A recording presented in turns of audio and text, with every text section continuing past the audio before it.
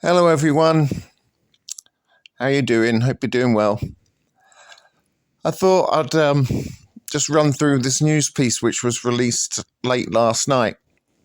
And as you can see from the headline here, the Home Office has now been accused of bullying asylum seekers into handing over phones.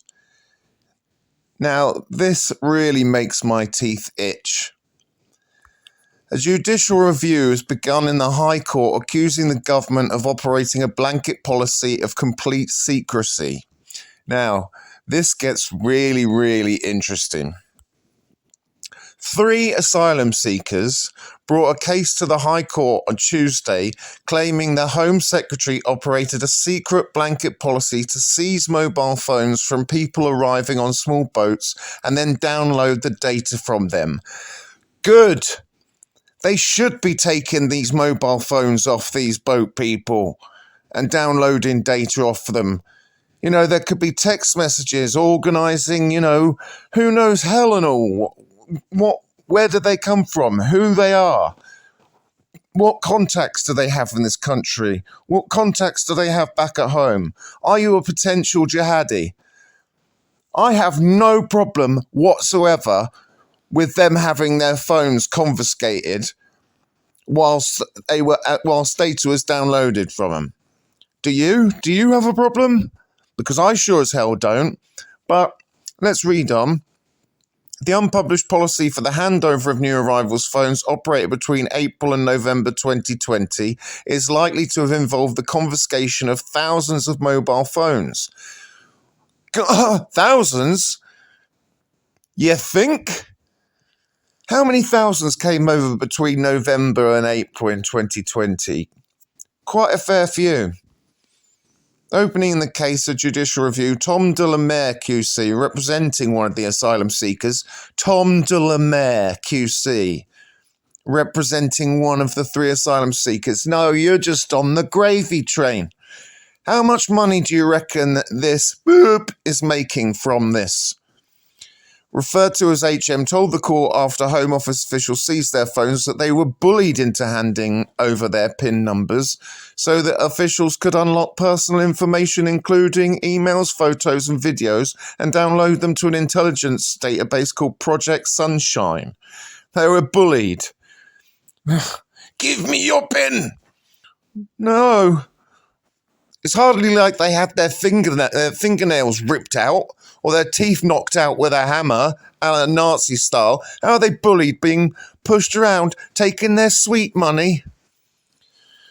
He added that those who had their phones confiscated on arrival in the UK were given a receipt containing a Home Office phone number to call to try and retrieve their phones. There you go. Give us your phone, right? Here's your number.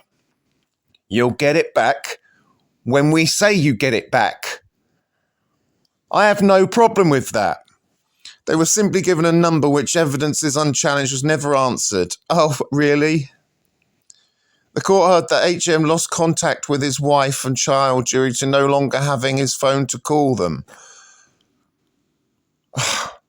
I think if you actually gave your real name, HM, your real name and where you came from, your wife would be able to call this country and say, where's Mohammed M. Vazi from Baghdad or whatever?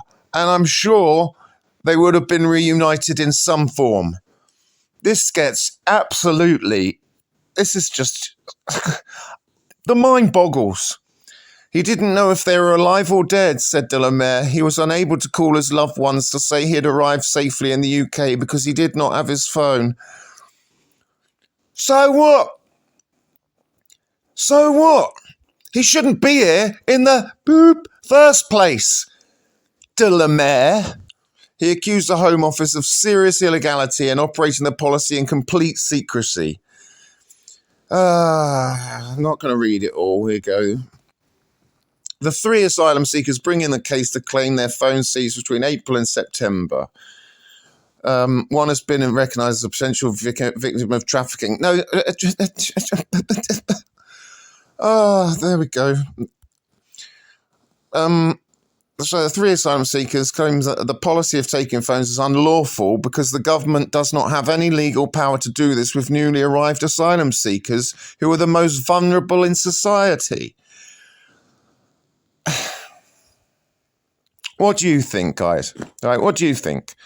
Do you think that it's perfectly reasonable and acceptable to seize their phones as soon as they get off the boat? Or do you think it goes against their human rights? This is absolutely, if these three asylum seekers win, do you know how many thousands they'll get in compensation? Anyway, let me know what you think down below. And yeah, sorry it's been a long time since I've spoken to you last, but here we go, back on it. All right, I'll speak to you soon. Thanks for watching.